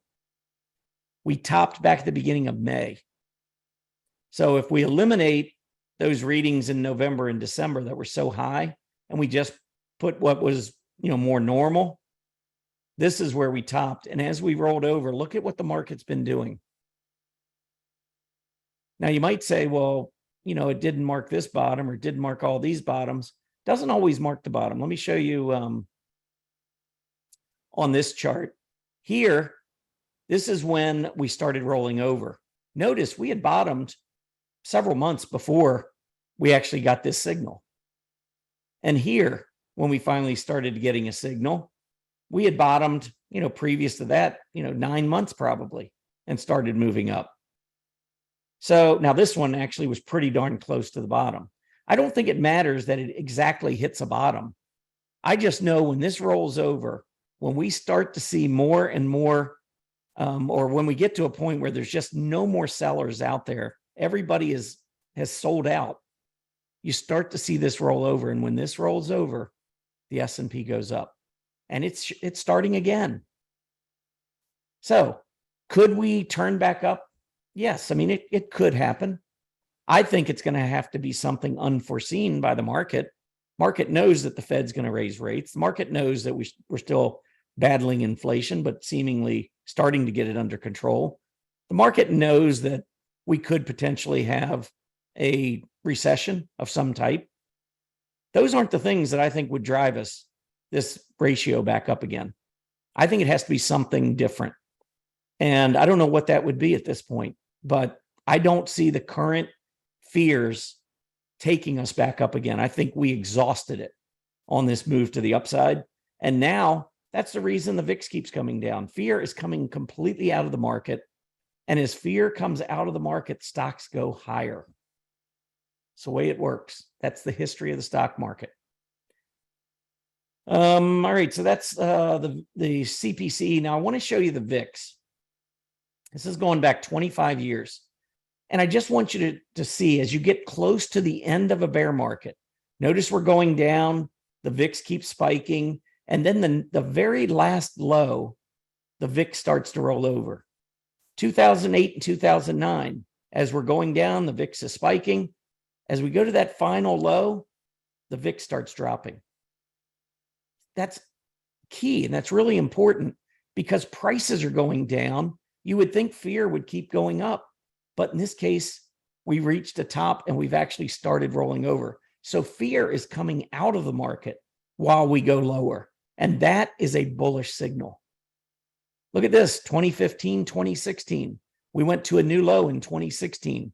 Look at where we were. Look at what the VIX did. Never even got close. Check this out. I mean, the initial low or the initial move to the downside in the S&P 500 is where we got the highest VIX. As we kept going down all the way into October, the VIX kept going lower and lower. Every peak was lower than the one before. Fear was coming out of the market as we were going lower. That's a good sign. And then as we've moved up, look at the VIX. VIX is just completely falling apart to the downside. Bull markets, see this bull market? See this bull market? These are characterized by low VIX readings, mostly between 10 and 20. I mean, both of them. Look at where we are now, down in that 10 to 20 range. We haven't gotten down to 10 yet, but I think we're going to. And I think we're going to stay there for a while this continues going up, just like we did throughout this period, just like we did throughout this period. Now, what would change my mind? Well, a VIX jumping back up into the upper 30s would probably start to change my mind. I don't see it happening. And if you look back, many of the weak periods that we see, some people are saying, well, we need to get the VIX back to 50 or 60. Well, I mean, VIX got to 90 during the financial crisis. That was a lot of fear. The VIX during the pandemic, we had to shut the country down. Everybody, we didn't know anything about this virus. That was crazy fear. This move to the downside was not that kind of fear. It just wasn't. Some people wanted it to be, but it wasn't. Most of the time, when you're pulling back into these short-term cyclical bear markets, or even, some of the worst corrections, if you get more than 10%, get down about 15%, those types of move to the downside usually result in a VIX going up to about 30 to 40, maybe 45, or maybe we very briefly we go up above that. But usually when we get up into the 30, 35 range is when I start looking as, for opportunities to get into the market. And so that's what this is telling me on the VIX chart here. Now, this is the VIX versus the S&P 500 correlation. And this is more of a speedboat kind of a indication. Whereas the one I just showed you maybe is a little bit more like a freight liner. You don't have to wait that long. But this is a really quick one. Normally, when the market goes up, VIX goes down. When the market goes down, VIX goes up. It's almost always an inverse correlation. And if you look at the correlation down here, you're going to see we're almost at -1 all the time. But what happens when we start to go into positive territory? Well, when we go into positive territory, here we had the S&P going down and the VIX was going down. That's really unusual. Usually when the VIX is going down like this, we start to see when the S&P is going down like this, we see the VIX shooting higher. Here, it's going lower, and the correlation turned positive. And so usually what happens when that happens, I look for a reversal. Doesn't have to be a long-term reversal, a short-term reversal. And we're seeing it right now. Now, as I'm pointing this out, I also want to mention, look at where we are right now. S&P 500 going up. The VIX starting to turn up.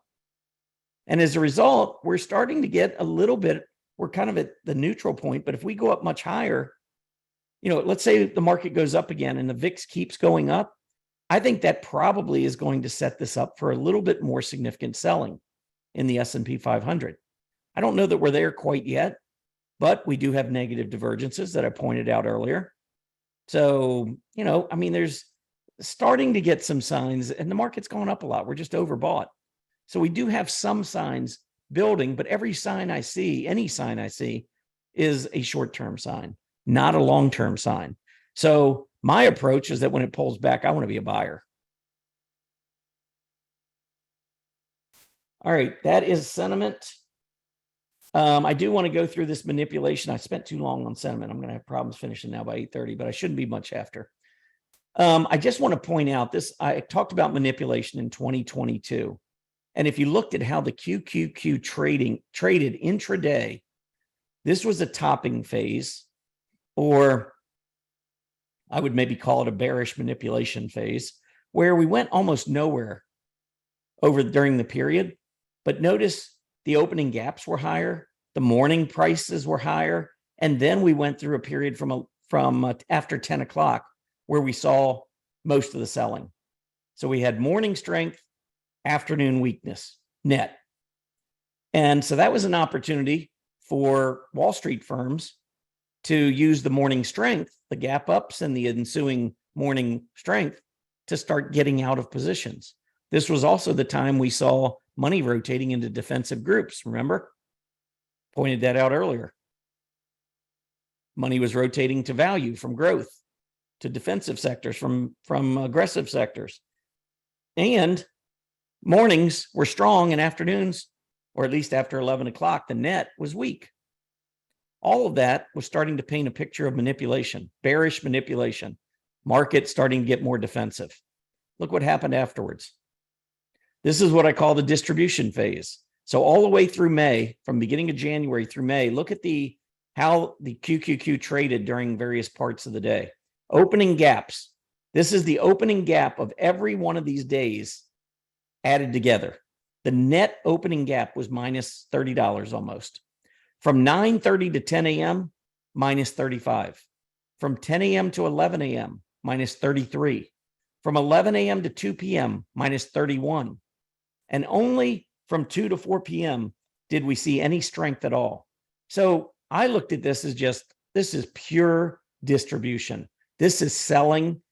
Anybody who didn't get out here is getting out during all of this. And then we moved into the bullish manipulation phase. Now, this was interesting because from here all the way over to here, we kept going lower. But I want you to look at the opening gaps down 45, 9:30 to 10 in the morning, down another $33. This was down 77, close to $78, the QQQ, from here to here. And yet we only dropped maybe $20. How can that be? Well, it can be because after the early morning selling, Wall Street was accumulating. Thank you all so much for the shares.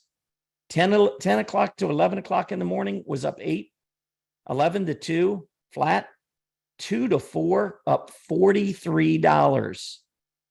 So just picture, and I kept telling everyone back during this phase, the AD lines are strengthening. This is how AD lines strengthen. You go down in the morning and you come back up in the afternoon.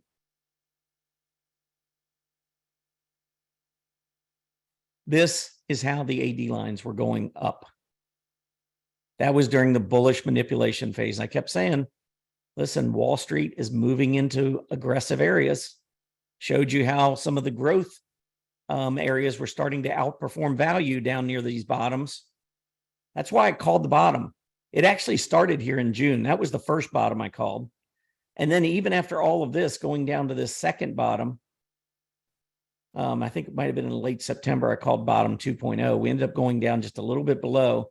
That was a CPI report. The September CPI report came out. We got that gap down, and that was it. That was the bottom. And then the accumulation really started to run rampant throughout this period. And now we are in the accumulation phase. Opening gaps are flat, 9:30 to 10 in the morning, up 30, 10 to 11 down 1, 11 to 2 is up 59, 2 to 4 is up 18.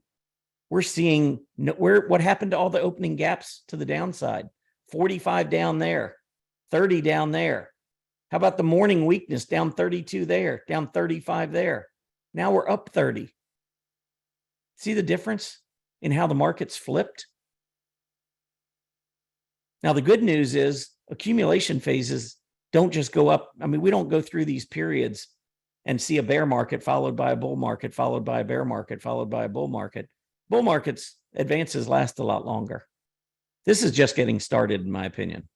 Now, again, maybe we pull back near term. We're overbought. That's fine. I mean, here we had a nice pullback. Here we had a decent pullback. We went to new highs. We've been straight up. We were straight up for about 45 days, almost 2 months. We could use a little bit of selling. Honestly, if the QQQ went back to about 350, even to 340, there'd be a lot of bears all excited thinking we're going to go back down. I'd be licking my chops on the long, from a long perspective.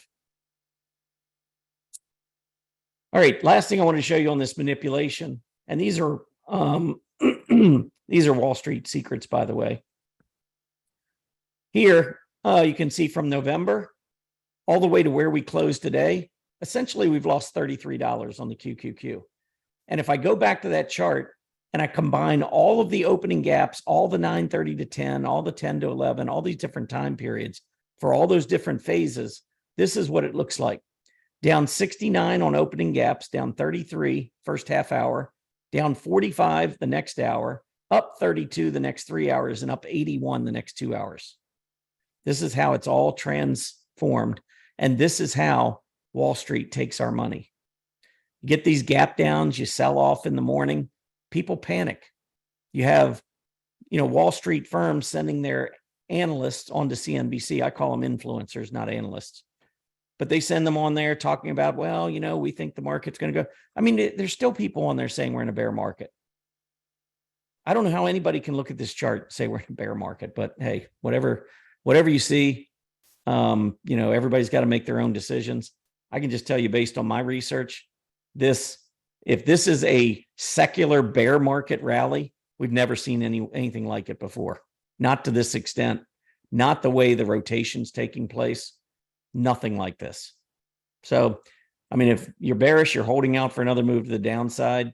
Short term, I think it's possible. Long term, you think we're going back down to those lows? I personally would be shocked. I don't see it happening. All right, last thing I want to do is just go over just a few other stories in the market right now. One I would say is watch the transports. I think the transports have already issued a major bullish signal. Here, the transports go up, S&P cruises. Transports go up, S&P cruises. Transports go up, S&P cruises. Transports go up, S&P cruises. Once we go through these consolidation periods where you see these red dotted lines, once we break out, that's what triggers the S&P move to the upside. Not only triggers transports, but that's what sends the S&P 500 rising. So we saw that 2013. We saw it again in 2016. We saw it again 2020. And look at what just happened. This downtrend line has just been broken to the upside on transports. And look at where we are on the S&P just starting to move up. It's another one of those signals that to me suggest we're going a lot higher. Gold versus the S&P. Always get questions about gold. I think I've been pretty clear for a long, long time. I don't like gold. I don't know how else to say it. Let me be really clear. I don't like gold. Gold, if you're using it as a hedge, if I'm seeing warning signs and you're putting it in as a hedge, I think that's fine. I think that's probably a prudent thing to do. When you're in a bull market, I think you're giving your money away because gold never outperforms in a bull market. It just doesn't happen. So here during the bear market, I mean, you can see actually even during this bull market, 1980s, 1990s, look at gold relative to the S&P 500. So if you're putting your money in gold instead of the S&P 500, you cost yourself a lot of money for 20 years. Look at 2011 since we topped and going lower. Once again, if you're in gold, I think you're just costing yourself money. Now, maybe you still feel comfortable. You still want to diversify. Even Warren Buffett came out and said diversification is for those who are ignorant. That diversification, all you're doing is lowering your returns. You go with what works, what's working. I mean, why diversify into things that aren't working? Makes no sense to me. Gold, you can see, look at gold outperforming the S&P during this push higher in inflation. So this was a market that was very concerned about inflation. Look at the inflation here, and I want you to look at what gold was doing during the inflation, the big move to the upside in inflation. Gold was underperforming the S&P 500.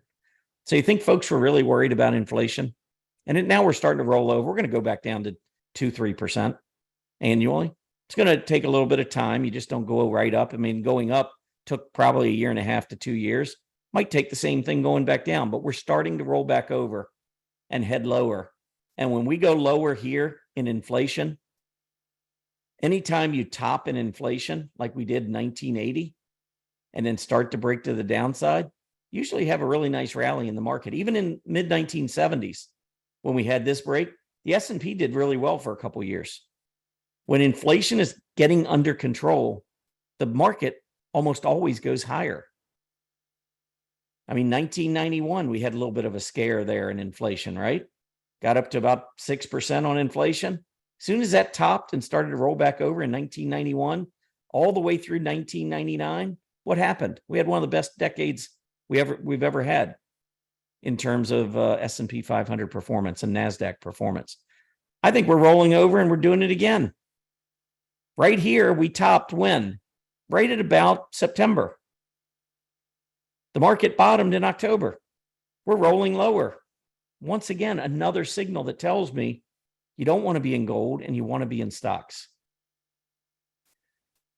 All right, I think this is my last chart. This is the 10-year U.S. Treasury yield minus the 10-year German Treasury yield. So this is the U.S.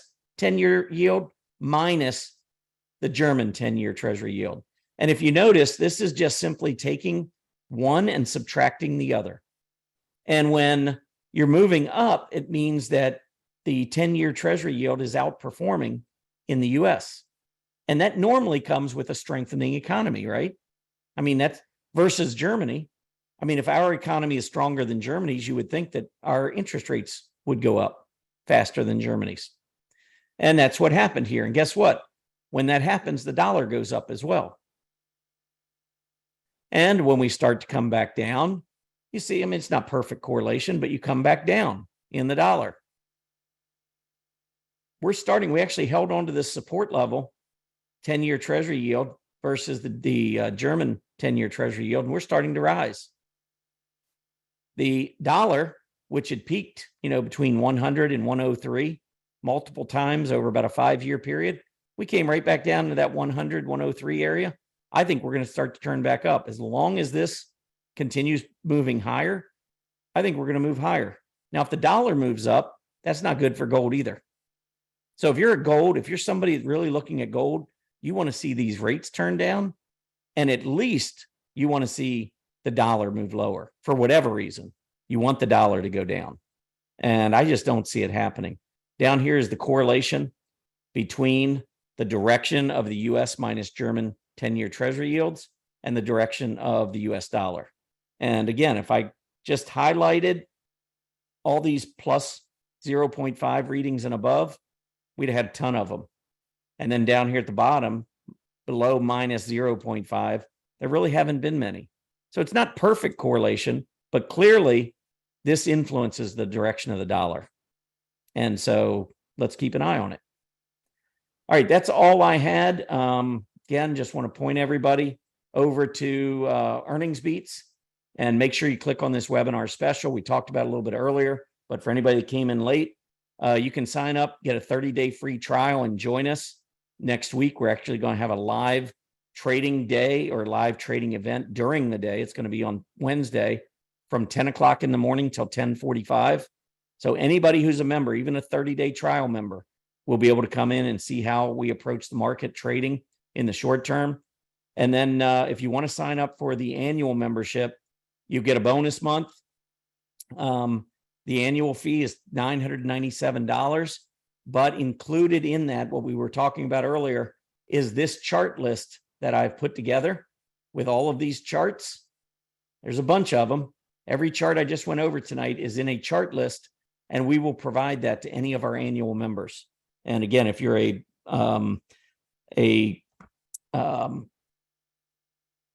extra member or a pro member at Stock Charts, you can download our chart list right into your account. If you're a basic member, you only get one chart list, and that's your default. So you can't download anything from us. And obviously, if you're a non-member, you can't download. But basic members and also non-members at Stock Charts can still view the chart list. So you'll still be able to look at it. But again, if you're not an annual member, we're going to reserve this because it did take a lot of work putting this together. And it's giving you a lot of great signals as you go forward in your trading. I mean, we want to have, I think it's only fair we get a little commitment from you as well in order to let this thing go. All right, that's what I had, John. So I'm ready for some questions. Yeah. I didn't quite get the hour and a half, but I probably kept it to about an hour 40. Pretty close. And I want to mention to people too, especially those who are new, we do these webinars, for a couple of reasons. Number one, to educate people, give people an opportunity to understand what we're all about. And remember too, that the market's so volatile that things could shift on a dime tomorrow. And that's what I think the value of having a membership is. It's one thing, to talk about things in the moment. It's something else again when something significant happens or Tom sees a signal that, because I've seen this happen before, where we're feeling one way and then something happens just out of the blue. Tom sees a signal, and that's when he goes to work, letting our members know what happened. So you're someone who's looking for macro information to go along with your trading. I think you're going to find our service to be tremendous. Anyways, a couple of quick questions. I think you already answered this sort of in the near term on the CPCE chart. Where would you be concerned that we are at a market top? Do you see that right now? No, I don't see that right now. I mean, we're just rolling over, and that's what I went over. I mean, when we roll over on this 253-day moving average, it signals to me that the fear has already the most significant fear has already passed, and we're starting to roll over. People are starting to get a little bit more. I wouldn't say that they're bullish. I mean, when you're up here and you've got a 253-day moving average that's still up at 0.71, or even on the adjusted one that I did is still up at 0.676, something like that. That's still above the average going back the last 20 years. So I think we're just starting to go down on this long-term moving average. I don't think we're going to get to a point of complacency probably for a year and a half, 2 years. So again, could something happen out of the blue that sends this back up again? I mean, sure, anything can happen. But again, when you look back at the history of what I showed, I think it's pretty clear that we don't really get too many exceptions. I mean, when this thing starts to make major moves, and we've only been above this level, if you look back over the last 18 years, the only time that we've ever seen the 253-day moving average going above where we saw it this year was back during the financial crisis. I mean, you can't compare this cyclical bear market last year to what we went through in 2007 to 2009. I'm not going to even debate that, because I know how I felt back in 2009 with real estate, plummeting. I mean, it was horrible. I had friends that were CFOs in businesses, and they were wondering how they were going to be able to meet their payroll because they couldn't get funding from their bank to meet payroll. It was so scary back then. And what we went through last year, yeah, I mean, anytime you go down, it's bad. But remember, we went down off of that 115% rise in 22 months. So it was almost like we needed that, which is totally different than we had in 2007 to 2009. So hopefully that answers the question. Couple more. As you're bullish on tech growth and crypto has tended to follow the QQQ, would you be bullish on crypto as well? Yeah, I am bullish on crypto. That was one thing that I didn't put into here that I probably could have talked a little bit about. So let me pull up a Bitcoin chart. And we'll go back. Let's go back 5 years. And so you can kind of get a sense. I mean, you go through these periods where you make these huge moves to the upside and then you sell off, huge move to the upside, sell off, one more final move. And then when we came back down here to about 15,000, just above, I mean, if you notice, we got up to about 14,000 back in June of 2019. And then when we broke out, it's almost like the cyclical bear market when I said, we're just going back and testing a prior area of resistance that was broken. That becomes support. And that's what I see here. I think we were going down, trending lower, and I think we're starting to move back to the upside. Now, I don't trade Bitcoin, but I do follow it. I know a lot of our members are interested, and I, periodically will post on it. But yes, I believe Bitcoin's going higher. I believe eventually we'll get back up to that 65,000 level. I'm not necessarily one of those people thinking we're going to 100,000 in the next 12 months, but I think we are in an uptrend. And I think that continues at least for the next 6 months, maybe through the end of the year, and then we'll see from there. What do you feel are the most important indicators to help us assess the direction of the IWM? Well, again, I think with the IWM, it takes perspective. You look at it and you say, okay, it's not doing anything. It's going sideways. Well, I would argue that. I think if you go back and you look over the last 15 years, I mean, do you see sideways or do you see an uptrend? Because when I look from the left side of the chart to the right side of the chart, I see an uptrend. I also see that the pullback did not go back and violate key support. There's your double top, 2018, and there's 2020. We broke out, went straight up.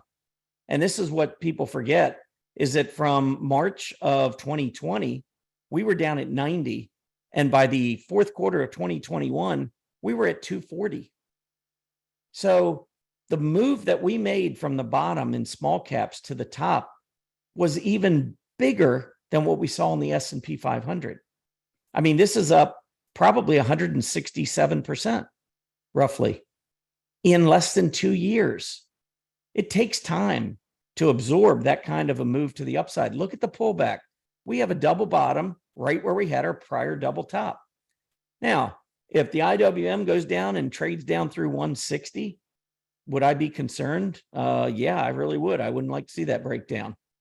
But we have a double top up here at about 200.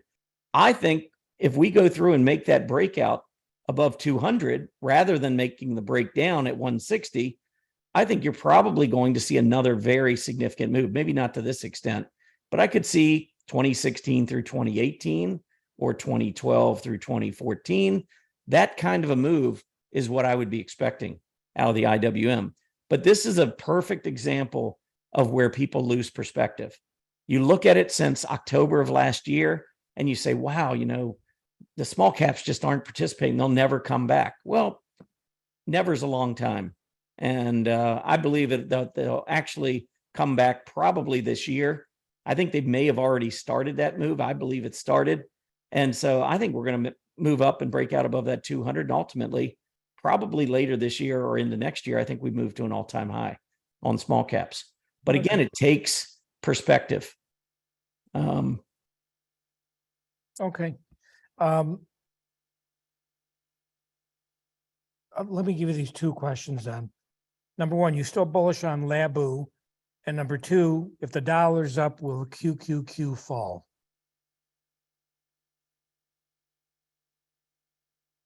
Okay, first, this is the index that LABU, LABU, that's a 3 times leveraged ETF that tracks this index. I have not been able to find exactly what makes up this index. And so I'm watching. It's frustrating because I feel like the biotechnology index, which is the DJUSBT, the XBI, and the IBB are all trading better than what LABU's been trading. It seems like it's following something else. But what I would say is this: here is the index on the biotech, and that might have been a hammer that maybe starts to move back to the upside. I actually own some of LABU at this point. I don't have a massive, big position. I just have a, been playing around with it. And if I get a sign, maybe even a higher high tomorrow, I may add to it. But if you look, this was an area we had a double top. We broke out. We're kind of back down into that area. I didn't like losing this 6,400 to 6,450 area today. I'm still in the LABU, mostly because, again, it wasn't a very big position. But I would really like to see this reverse back and get through the 20-day moving average. And so right now we're downtrending. The underlying index is downtrending. The PPO is below the zero line. So if I'm being 100% honest, I don't like this setup right now. But if we can start to reverse that, I would probably begin to add to my LABU. Okay. And there's a question about the dollar versus the Qs. Oh, Right. yeah, I'm not looking at a correlation between the dollar and the Qs. Okay. The dollar, if you go back and study the long-term history of the dollar, sometimes you get the dollar rising when you're in the midst of a big bull market. And then other times you see the dollar falling in the midst of a big bull market. And same goes for bear markets. I think part of the problem is a lot of analysts will use recency bias. And so the last thing, they'll look at is, what did the dollar do during the last pullback in the QQQ? And if it happened to go up when the QQQ was going down, then they'll say, well, if the dollar goes up, then the Qs are going to go down. And they don't bother to go back a little bit further, do a little research, and realize that it's not the dollar that drives the QQQ. What drives the QQQ a lot of times some of it is interest rates, but it's primarily earnings growth. One last tip maybe to give is when you're looking at PE ratios, I never really talked at the beginning about my background, but I practiced public accounting for 20 years, passed the CPA exam almost 40 years ago. I'm kind of aging myself. But I did valuations when I was in public accounting. And there's a lot of folks out there that'll say, well, PE ratios today are so much higher or as high as they were in 2000. And therefore we're in a bubble. And that is about the most irresponsible thing I've ever heard, being somebody who does valuations. Because the first thing you have to understand about a valuation is that there's a lot of different elements, but two key elements that go into valuing companies. Number one is not only your earnings, but your earnings growth rate. So you can't just come up with a price based on your earnings, because a company that's growing their earnings 50 times or 50% a year versus a company growing 8% a year, if they have the same dollar amount of earnings, they're not going to be valued the same. A company that's growing much faster, I'm willing to pay a lot more for that company than 50% earnings growth than I am a company that's going up 8% or 10% or 5% or 15%. So that's number one, earnings growth. The other factor, and this is a major factor, is interest rates. Back at the beginning of 2020 or 2000, the 10-year treasury yield, I believe at that time, was around 6.5%, 7%. So when you use those rates to discount future earnings and cash flows back into present value. And when your rates are higher, it actually lowers valuations significantly. And so the reason that the market took off back in 2020 is those growth stocks that continued to do well, even with the pandemic, they were not only growing their earnings exponentially, but those future earnings were being discounted back using almost zero interest rates. So if you want to know why we went up 115% in 22 months, that was it.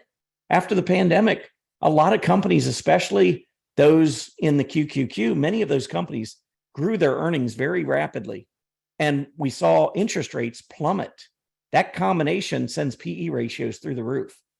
And so there are a lot of people that are just technicians and they're not accountants. And they look at PE ratios and they think everything should always be the same. If PE ratios are at 20, that's a little bit too high. And if they're at 13, that means that everything's valued, maybe a little low. It's hogwash. It's absolute hogwash. If you hear me talking about a PE ratio, write in, let me know, and we'll give you a free month at Earnings Beats. I don't talk about PE ratios because I know better. You can't compare them to prior periods. There's too many variables. And so that's one of the biggest mistakes that people will make, is a lot of times they look at a company and say, oh my gosh, PE ratio of 70. I'm going to wait until it comes down to 20. Well, if you did that with Apple, you probably never bought it, because the good companies that grow and grow and grow never come down to those valuations. So anyway, with that last PE rant, I'll end it unless you have anything else, John. Yeah, I think let's end on this and we got to wrap it up. Great presentation. Really appreciate everybody's patience. Somebody just asked if you can confirm the future schedule you talked about that you have coming up. Yeah, what we're going to do next week is we are going to continue to have our shows at Earnings Beats on Mondays and Wednesdays. So that's our YouTube live stream that we do from 9 to 9:30, maybe a little past 9:30. We do those on Mondays. We're going to have those next week, just as we always have. Tuesday and Thursday, I am still sending recordings, just like I always have, to Stock Charts for Tuesday and Thursday of next week. The problem is they don't have a streaming channel anymore, so it's not going to air at 9 a.m. like it used to. Now they get it, they do final editing to it, and they post it. I have no control over the time that it gets posted to YouTube. I think today's went out. I sent it last night and went out at 1 o'clock, I think, at YouTube. I don't know what happens or, the timing of when these things get posted. All I can do is submit the recording, and then I'm at the mercy of whenever Stock Charts posts it to YouTube. So that's going to be the schedule for next week for our 9 o'clock shows. Monday and Wednesday, you'll get right at 9 o'clock. Tuesday and Thursday, unfortunately, will be later in the day. And then on Wednesday, for our members, all those other shows were free. For our members, any member, trial member included, Wednesday at 10 o'clock next week, we're going to have a special live trading room. And we're looking to do this every week going forward. And once we start doing it, I'm probably going to get rid of the Monday show, the 9 o'clock show, just because I don't want to get stretched any more than I already am. So that'll still be 4 shows I'm doing. The one on Wednesdays from 10 o'clock will generally run 30 to 45 minutes. That's what I'm thinking. And the one on this Wednesday in particular, I'm going to talk a little bit about some of the things that would make me start to get bearish on this market. Because as you heard tonight, or I think you probably heard, I'm really bullish. Short term, yeah, I wouldn't be surprised if we pull back. We could maybe pull back as much as 8 to 10% on the QQQ. I don't think we're going back down that low. I think it's possible. Maybe not 10%, maybe 8%, 6 to 8%. Because we've had such a big run to the upside. But beyond that, I really don't see this market pulling back much unless my signals start to change. Right now, I see bullish everywhere I turn. I see bull signs. So I'm sticking with the bull side until my signals tell me otherwise. I don't listen to anyone else.